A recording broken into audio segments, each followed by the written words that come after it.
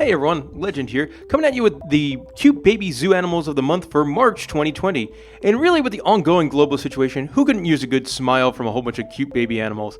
And we're going to start off this month at the Nashville Zoo, where they had 2 Cape porcupines born. So the common name for baby porcupines is really cute, it's porcupets. These guys were born on February 24th, each weighing about a pound. The 2 porcupets will stay with their mother and father until the animal care team can accurately determine their sex. At that point, they'll either relocate to meet new mates or become animal ambassadors for their species. Now, the Cape porcupines are native to Central and Southern Africa and are not considered endangered. Interesting enough, farmers consider these species pests because they're known to destroy crops. Nashville Zoo has 4 Cape porcupines, including the new addition, and to this date, 6 Cape porcupines have been born at Zoo Nashville. The next animal is one of my favorite animals on the entire planet, and that is the penguin, as the Audubon Aquarium of the Americas in New Orleans hatched an endangered African penguin chick. Now, really cool here too, the zoo decided to name the penguin Zion in honor of the New Orleans Pelicans superstar rookie Zion Williamson.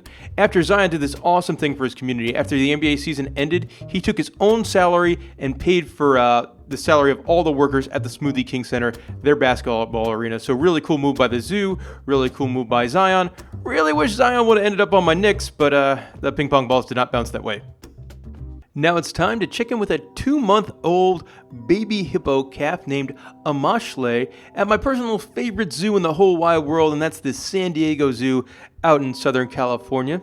Now little baby Amashle, she's already showing her curious side, exploring her habitat and seeking out new areas to investigate, when her mom, Funani, isn't right by her side. Hippo calves typically stay close to their mothers for about 2 years after birth. They rely on mom to learn how to safely navigate their surroundings and how long they could stay underwater without surfacing for a breath. While Funani allows her 2-month-old to explore a little bit on her own, mom does closely monitor baby Amashe wherever she goes, and the youngster's ever-increasing level of energy and playfulness is a clear sign that she's a healthy and active calf. And just adorable.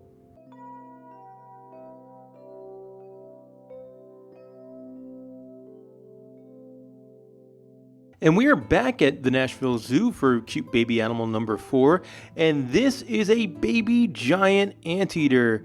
Now, this little guy was born at a weight of normal weight for a giant anteater of 2.69 pounds. Both the mother and the newborn are doing fine. And man, the Nashville Zoo, they've been doing a great job. Since 2001, they have bred 20 giant anteaters. And the giant anteater is a vulnerable species, so that's really good work by the people over there. And I love how it just plays with its little plushy pig toy. It's so cute. Our next cute baby zoo animal takes us back to New Orleans and the Audubon Zoo this time. And this is showing off their 2 lion cubs getting a medical checkup. Now, these cubs were born back in January, and this is footage of them getting their 2nd medical checkup.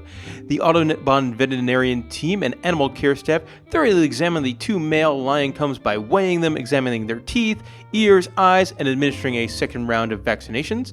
And the cubs are happy and healthy.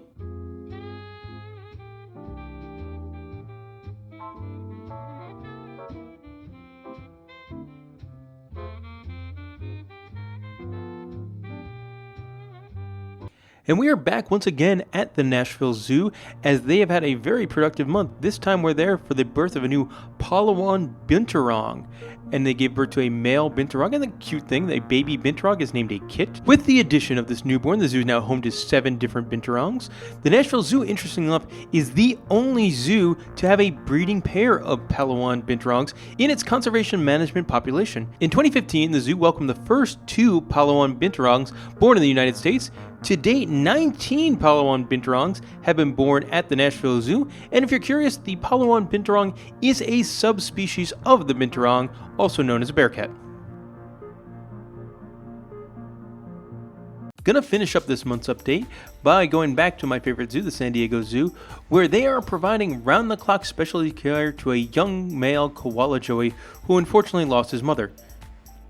He was about 5.5 months old when his mother passed away, and he was still in her pouch. So to save the Joey's life, zoo veterinarians and wildlife care specialists intervened and began feeding and caring for the little marsupial.